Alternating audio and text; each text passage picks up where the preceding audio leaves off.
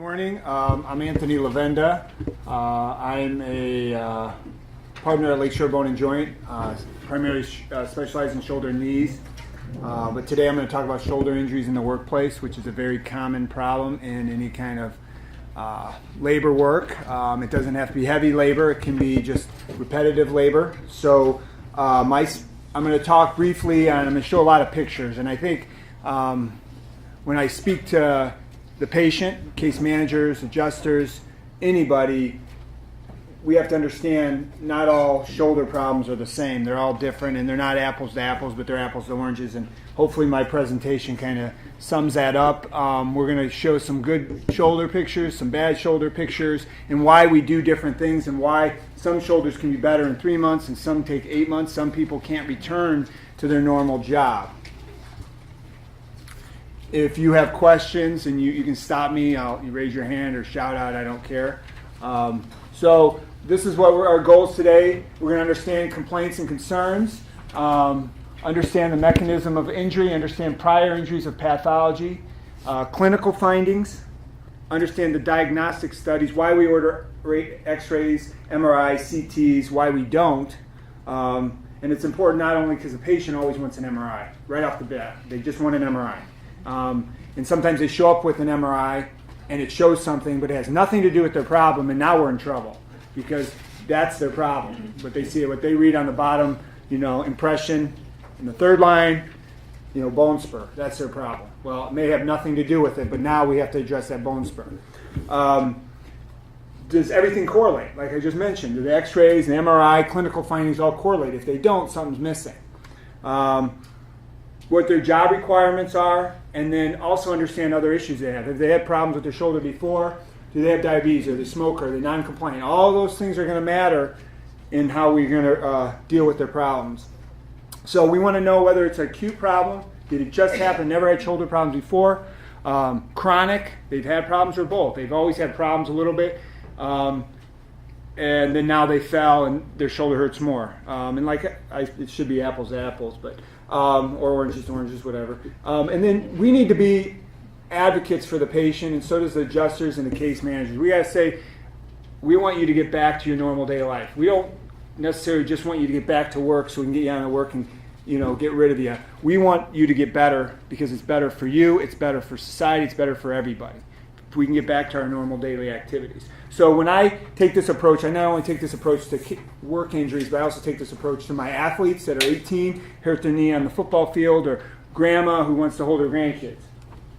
So we must educate the patient on the diagnosis, the treatment, and then options, because there are options and they should be open to us, whether it's surgery, whether it's non-surgery, whether it's, they're going to have some limitations and they're going to get a FCE and they're going to be okay with restrictions, or not. Maybe they're like, I can't do this job anymore, I need to look elsewhere and I need to have help. And then we must treat all patients equal, and we must try to get all patients back to normal daily life, and that's missing on that slide, and I apologize. So same with the case managers and the adjusters. It's going to be the exact same thing that I want to do is what you want to do for the patient.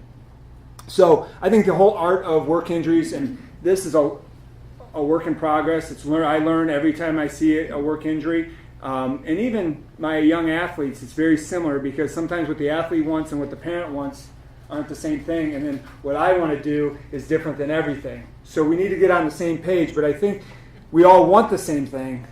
We just need to educate the patient, maybe a family member, a spouse.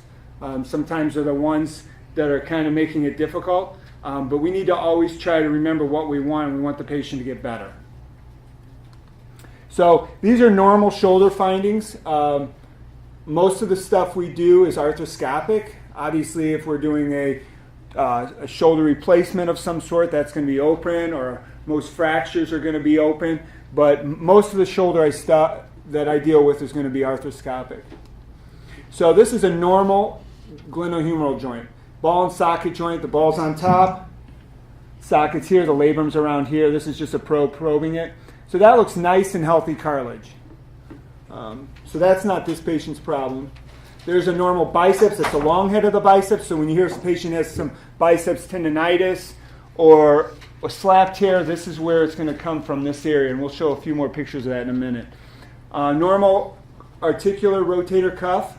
The shoulder's like a 2-level house. We're on the first floor when we look at the ball and socket joint, or we look at the biceps tendon, or we look at the labrum. And then when I look up, I'm looking at the ceiling on the first floor, and that's the rotator cuff.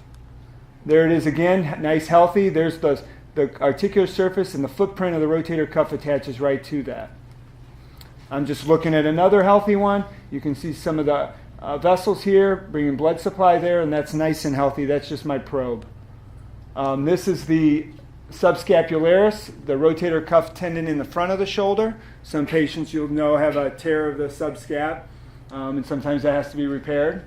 But the cartilage looks good. Labrum right here, that looks good. This is on the second floor. Now I'm on the second floor. I'm on the bursal side. So now the floor is my rotator cuff, and that's nice, healthy rotator cuff. So here's some noted pathology. This is the ball. Here's the socket. That ball does not look healthy. Okay? So that, to me, is not an acute problem. That's a chronic problem. This patient may not have had pain after a fall, but they have pain now. But this arthritis has been there. So when this patient has pain, this would be an exacerbation of a pre-existing condition. This is arthritis too. You can just see the cartilage is gone. It's nice. It's not nice and smooth and shiny. It's rough. So it's like a gravel road, and he's walking on it, or he or she are walking on it. That's painful. This could be due to trauma. This side of the cartilage is normal, nice and healthy. That is completely gone. So this might be from chronic dislocations, where it's just taking off the cartilage, or it could be from first-time dislocated, but that would be pretty impressive. Here's another spot. You can see a defect right there, maybe from a chronic dislocation.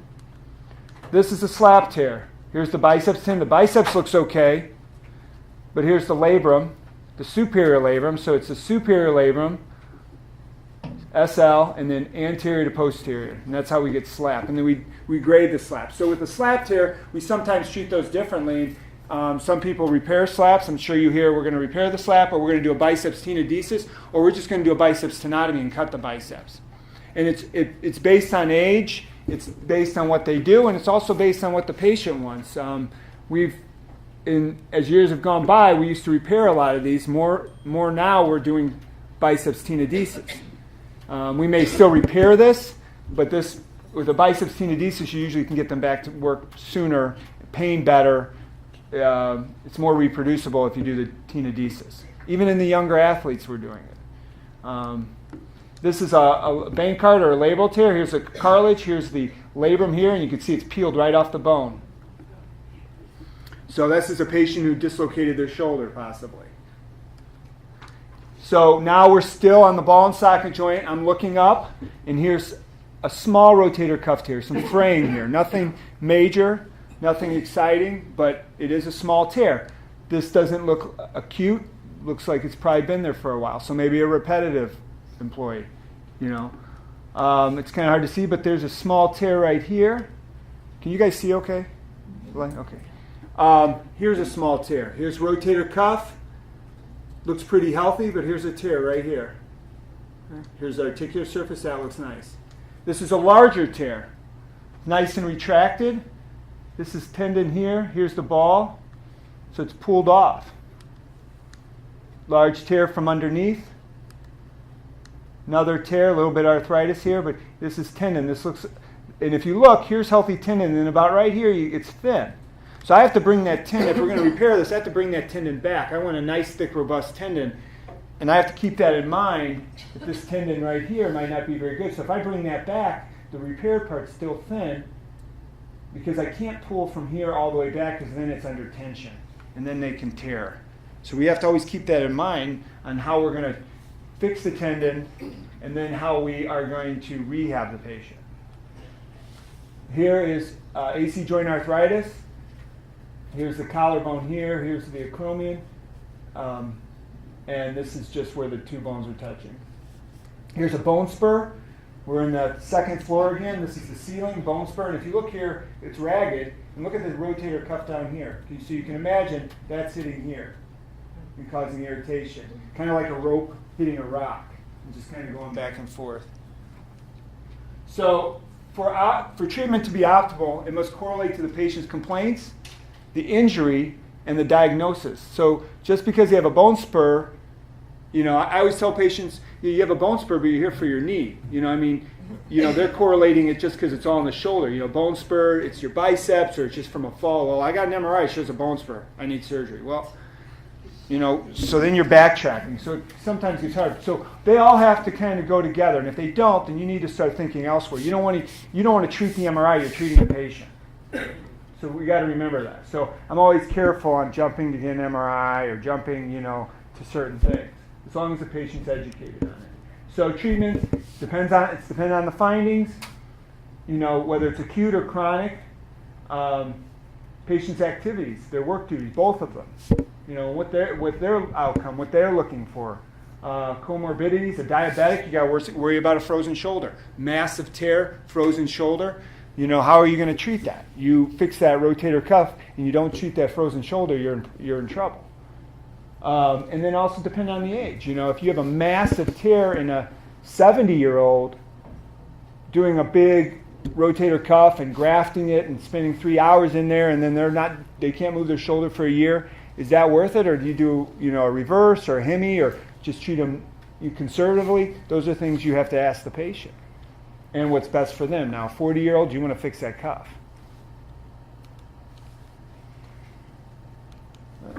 Stuck here. I don't know. So, treatment basics, job restrictions, progression to full duty, that's our goal. Physical therapy, including modalities with home exercise program, anti-inflammatories, cortisone injection, and patient education. Surgical, when conservative management fails on a lot of stuff, we try conservative management first, 90% of it. At times, it's initial treatment. It's a fall, never had shoulder problems, you get an MRI, rotator cuff tear, clinical diagnosis, everything kind of fits. We're going to fix that. There's no reason to rehab that patient. Maybe you could do a little prehab education, but not long term. Really, this is the time, your initial visit is when to educate the patient, talk to them about what our goals are.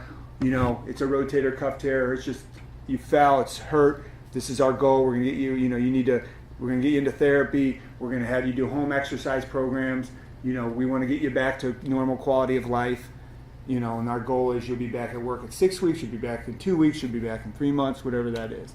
And then you also want to talk about pain management. I think that's key, and that's one of the things that I've learned over the last several years is you need to hit that hard early, that shoulders hurt. Before surgery, after surgery, no surgery, they hurt. So it's really important to be able to accept that you're going to have some discomfort. And the more you are educated and the more you do your exercises, the less pain meds you're going to need. So a subacromial bone spur, that was just a picture before. We're shaving it off, and then that's afterwards. This is not, if I hit that button maybe.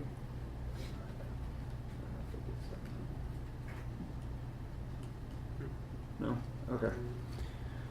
AC joint arthritis, patient, that's a chronic problem, but if, say, they fell on that shoulder or it's repetitive, it's working out still. Okay. The bones are rubbing, we may just shave off the end of that clavicle, and then it forms kind of like a scar ball in there, if you will, and doesn't cause the impingement. Sometimes under the clavicle, there's a bone spur as well. You have to look at that every time you go in the shoulder. Make sure that's not causing rubbing on the rotator cuff. So that's afterwards. So the two bones are not touching anymore. Oops, that's my bad. So rotator cuff tears we talked about, acute, chronic, both. Treatments dependent on the size. Is the tissue easily mobilized? If it's a chronic tear, what happens is the tendon tears, it gets scarred in, muscle has memory, it doesn't want to come back to where it belongs. So a tear that's been there for 3 years is a lot harder to deal with than one that's been there a month. Quality of the tissue. If it's a chronic tear, or it's a re-tear, or they're diabetic, smoker, or as you age, the tendon quality thins, those are things I have to keep in mind. And what are ways that we can get this patient back to quality of life the safest and the most efficient and fastest? Other pathology, if they have arthritis, now if you repair that tendon, you're going to tighten that shoulder, and that puts tension on the shoulder, and now that you could exacerbate the arthritis. And then, like I said, the diabetes and all that. So it's not apples to apples. I can't say a rotator cuff. So when I'm asked, when is this patient going to get back to work, I'm like, it depends on what the tissue looks like. I don't always know and I can just make a guesstimation. So here's a small articular side tear. Cartilage looks pretty good. Cuff looks pretty good, but there's the tear, kind of like the fraying at the end of your jeans. From upstairs, I'm going to put a needle in that area after I clean it up. You can see that tendon's a little thin. It's a near full thickness. There's the tear. Here's the top. So there's where it should attach. I'm going to drill a hole there, put an anchor in, pass some suture that's through that anchor, and tack it down. And that's afterwards. That's a small tear, depending on the patient's comorbidities, 4 months for 4 to 6 for heavy labor. Here's a tear. This is telling me it's probably been there a little bit. It's just this tissue here. Probably, maybe they thought, these patients got good motion, just pain. Maybe sometimes in these labor people, they can function with a tear. Some people are like, well, he can still lift his arm. You have 4 tendons that make up your rotator cuff.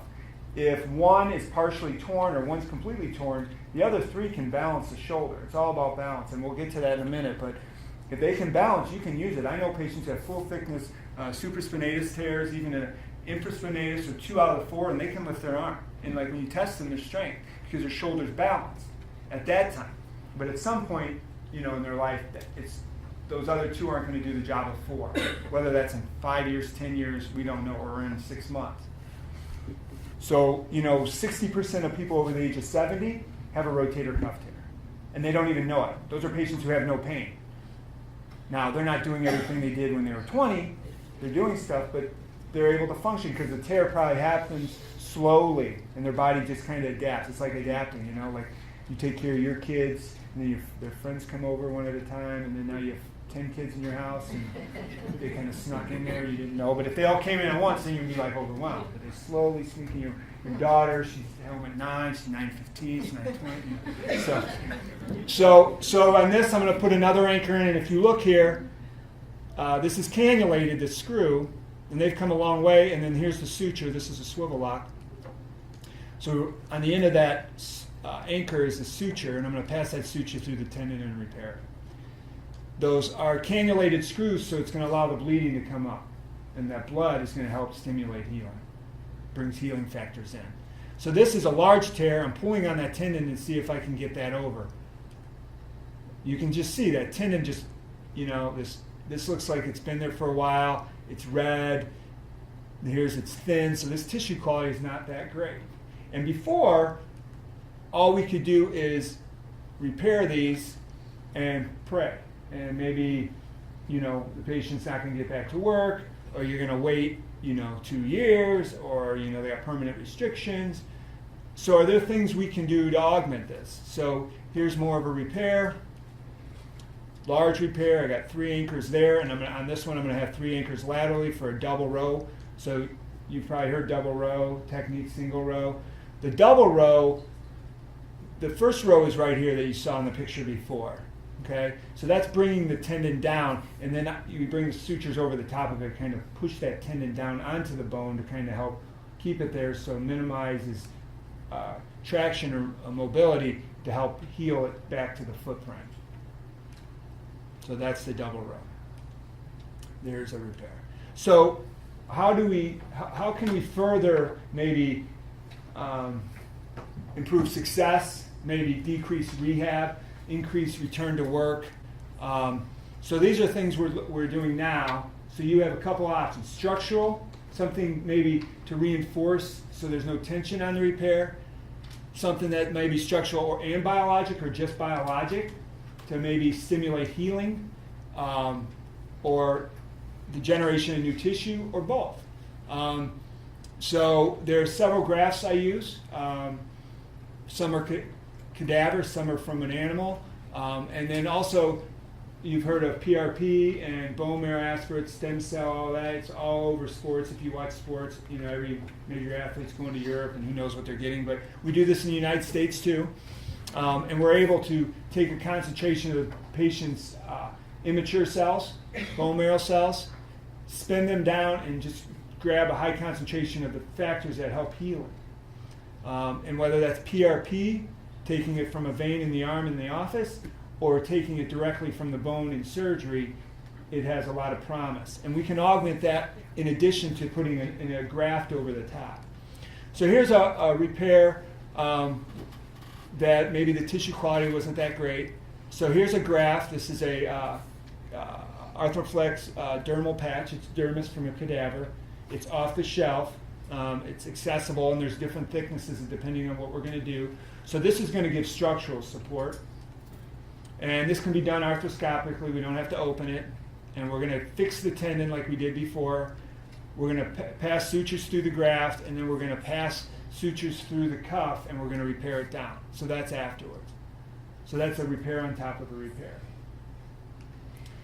And that's a closer. So that's giving it structural support, but it's also helping stimulate healing. You have the bone marrow from the cannulated screws coming up, causing bleeding in that area, which we want, and that promotes healing. This is a biologic augment. It's a bovine tissue. It's highly porous. There are studies, early studies, to show that it also induces healing of the tissue. So we can lay that on top. It's held by these mini staples. You can see them here, but it incorporates within a month. You can see a little staple here. This is also done arthroscopically, and that's over a repair. Now, you can also do this on someone who has a partial tear. So instead of taking down the tendon, like a patient who has 50% tendon tear, tissue doesn't look great, a lot of times we have to take that down, get rid of the bad tissue. Well, there's studies showing that we can put this over the top, not take that tendon down, and we don't have to treat that like a repair. We can treat that like a decompression. So return to work would be sooner. Quality of life would be sooner. So there's some very promising studies being done on all of this right now to show that, you know, if we repair it, you have to follow a repair protocol. Now, you might be able to speed it up a little bit by doing the bone marrow aspirate, doing this, but definitely with the partial tears, we can move them faster. And I've seen my own patients. I haven't had second looks, but I have seen my own patients that have had this, and less pain, earlier mobility. I think it reduces scarring and adhesions in the shoulder, so it's very promising. So what we do at the same time as this is I will aspirate from the humeral head or the pelvis, depending. The pelvis probably has the most immature cells. They do. So if we can get to that during surgery, I will, but if not, I'll just take it from the humeral head, and we'll inject it between that and the repair underneath. I'll close the wound, put a needle in before I close the wound, leave the needle in, close all the wounds, get the fluid out of the shoulder, and then inject the bone marrow aspirate. Is there any possibility of rejection? It's from yourself. But the other? I have not seen it. I'm sure there is, but it'd be very, very low risk. And I've used some type of grafting for 10 years. So what about irreparable cuffs? We all see them, you know. Nah, you can't work, or they've had 5 surgeries in the shoulder and they all fail. Tendon quality's bad, you know, but they're a laborer, or even, you know, I mean, a repetitive job. They want to get back to work. And so, you know, you can do tendon transfers, but even when I go to meetings and I talk to people about tendon transfers, they talk about them, but no one really does them, or they do them in addition to something else. So is it really beneficial?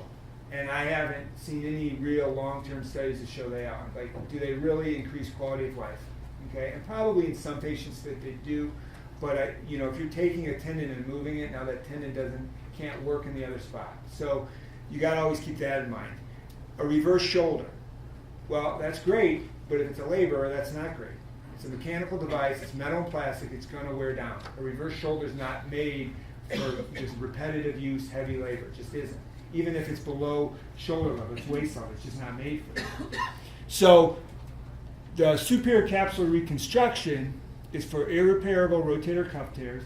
And what it does is that, number one, goal is to help pain relief, but it maintains the glenohumeral joint. It keeps it aligned. That's the goal. It keeps the ball centered in the socket. So when you tear your rotator cuff, over time, if it's not balanced, that ball is going to start riding up, because the rotator cuff's job is to keep the ball on the socket or the ball on the tee. The deltoid, I always think of as your driver in golf. It's all the show. People spend all the money on it. You know, your driver, if you can't hit it 300 yards, you throw it away. And LBJI has 12 of them. And, you know, so, but no one spends a lot of money on the tee, right? If you pay more than a nickel for a tee, you're going to be mad. But if you don't have that ball on that tee, you're not going to drive the ball. I don't care what kind of driver you have. So that's its job, okay? It's behind the scenes and everything. So if it's not working, you start having pain. The deltoid's not under proper tension, so it can't lift your arm. So here's an irreparable cuff, okay? This patient may have had surgery. This is the glenoid. This is a labrum. This rotator cuff is all the way to the glenoid. I'll do a release. You've heard people say we're going to release it. We're going to try to take it under tension. And we try all that. And I still can't get it over, okay? Ball looks good, not a lot of arthritis. What can we do? Before, there was nothing. You live with it, so you have a reverse, and if they're under, 60, you're not going to do it, and now this patient can't work or whatever. So there's the superior capsule reconstruction. So we're not grafting this. We're going to put a capsule attached to the glenoid and on the footprint to push the ball down. To keep that ball level so your other tendons are not under the force of holding that ball down, and they can do their job. So we're going to put the same thing, swivel locks or whatever anchors we use, into the ball. We're going to put them in the glenoid. This is the same dermal graft, cadaver graft. It's thicker than if I augment the rotator cuff or I lay it on top of the rotator cuff. And this can be done arthroscopic as well. And we're going to put it in the shoulder. So this is in place of the supraspinatus, the cuff on the top, and probably the subscap and the infraspinatus. And then what I can do is attach the tendons that are still left along the side. And that will help balance the shoulder. Okay. Now the rehab on this is much longer. I don't know if you have any patients that have had this done, but you're looking at 8-9 months. And you really don't know anything for about 4 to 5 months, because you're not letting them do anything really for 3 months. You're just letting this thing heal. So they come in every month, and I'm like, how's your shoulder doing? And they're like, it's here. Month 2, we're not doing anything. All right, see you in a month. So, but this is an amazing thing. I was very doubtful when I first started doing it. I was very concerned, but I've had some really good outcomes. Now, not everyone gets like this, but really pain relief is key. So here's a normal shoulder, normal. We're going to move on. Ball and socket joint. Here's arthritis. They've lost the space, whether it's traumatic from dislocations, from repetitive use, family history of arthritis. Now, a lot of people can function with arthritis in the shoulder versus the knees because you don't walk on your arms, and you have another one. So a lot of people are like, I just use my right. If it's their left arm and they're right-handed, they can last a long time. Most people who come in for arthritis and are miserable, their shoulder is horrible. And if it was their knee, they would have been in 15 years earlier. So shoulder arthritis is a repetitive wear from an injury, genetic. It's hard to say. Was it due to a fall and then it's just progressed, recurrent dislocation? So initially we always try conservative. I always tell patients, you don't have to have surgery. A lot of people live with arthritis. Looking at your x-rays, if you have arthritis, it didn't just happen yesterday. It's probably been there for years. Why is it hurting you now? Well, the other day I fell. Okay, maybe if we can get you back to how you were the day before you fell, you'd be happy. Yeah, I'll be happy. So we try that, injections. You have to be cautious on rehab, just like the knee arthritis, because if they try to push you beyond where your shoulder is going to move because of the arthritis, you're going to flare it up. And then obviously surgery, if necessary, is some type of replacement. Now, if it's just on the ball, you can do a Hemi Arthroplasty or resurfacing. You don't have to mess with the socket. This is a Hemi. They're doing or a resurfacing essentially, where you're just taking the ball. Why do this? Because a normal stem would come all the way down here. In the old days, we used to cement them. We're not cementing anymore for the most part. because this is metal and there's going to be plastic at some point and that wears out, and if they have a problem, we ever have to take that cement out, it's a pain. It makes it a lot harder. And here, if this ever has to go to a total or it has to go to reverse, I can just pop that out. And I have all this bone that I've never touched. Or if they break their humerus, we can plate it. You know, if a patient had a stem down there and they break it, that's a nightmare. So we want to retain all your normal anatomy if possible. Here's a total shoulder. You can see and now we have this a little bit older picture, but now we have shorter stems, and we can do that resurfacing, like I showed you the picture before with a total. And you can tell this is a total because you can see that where the peg hole is right there, there, and there. Most of the totals on the glenoid side are plastic. Why do a resurfacing versus a total, or a hemi versus a total? If the glenoid is fine, you should leave it alone. Most of the time it's not in someone with arthritis, but if they have avascular necrosis of the humeral head or they had a fracture of the head, you want to just do the humeral head, because the plastic, when things go bad in a total, it's on this side because it's plastic cemented, and that's where if it's not put in properly, it can become loose, and then that comes out, and now you got these bone holes. And, you know, the glenoid's a pretty small bone. It's like that, and that's all the bone you have to work with. It's not like the spine where you have all this bone. This is a reverse shoulder. This is for someone who does not have a rotator cuff, who's older. Maybe the SCR or any augmentation is not the best thing for the patient. So this retensions the deltoid and allows them to use their deltoid instead of their rotator cuff to lift their arm.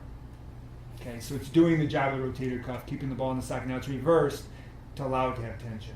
Doesn't let this socket move up. So healthy biceps tendon, we're going to move on. Nick's giving me the watch in a few minutes. That's a slap tear. There's a slap repair. There's a little bit of a slap tear. This patient, I'm going to cut the biceps, and then I'm going to repair it. Now, some people repair the tendon arthroscopically. Some people do a sub-pec. You guys have heard of that, sub-pec, right?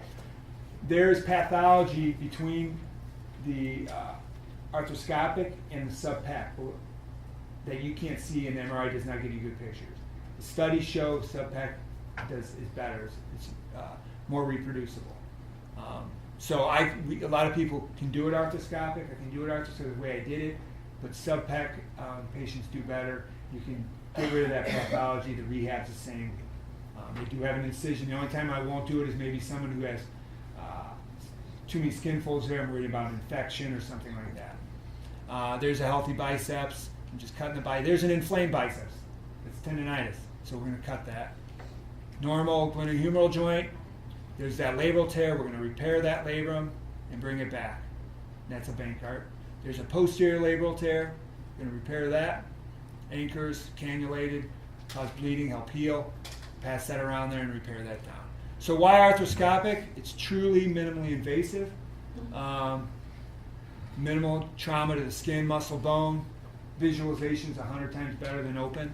I can see everything. I can repair a slap. I can repair posterior. I don't, if you do a rotator cuff repair open, you can't see everything. You think you could, but the incision's only this big, and you're looking through it. It's hard. And you can treat 90% of everything. We're even working on doing total shoulders arthroscopic assisted. So it's a higher learning curve, but it's the way to go. These are post-operative protocols. Sling, depending on the pathology and the treatment. Cold compression is important. Ice is important. Compression devices are important for blood clots. They do happen in shoulder surgery. They're not a high risk, but if the patient gets a blood clot, that's horrible. Okay, pain management you got to deal with. You deal with it before surgery, and then you want to return them back to work when wounds healed. If they're in a dirty environment, you don't want them going back in the middle. But if they are able to get up and go, they should go. So these are the basics. We're trying to decrease these, and with these graphs and the biologics, I think we can in the future. But decompression 12 weeks, distal clavicle 12 weeks, hemodiasis, you're looking. These are full duty, go back, do everything, labors. 20 weeks max, labral repair, and then depending on the rotator cuff, you're looking at 6 months, longer if it's an augmentation or an SCR, and then the shoulder replacements, depending on what they do, 4 to 6. If it's a total shoulder, most of them laborers can go back and do all that. If it's a reverse, we have to restrict that. So, real quick, adhesive capsulitis, frozen shoulder, we've always heard about it. You know, patient can't lift their arm. There's 3 phases of it: freezing, frozen, and thawing. Can just happen in someone who's diabetic, trauma, radiation, previous surgery. But first question out of my mouth when a patient comes and can't lift their arm and I can't move it, are you diabetic? And a lot of times they are. So if they're in the freezing stage, you have to deal with their pain. If you try to move them too hard, you're going to make it worse. Then frozen is when pain's less, but it's just stuck.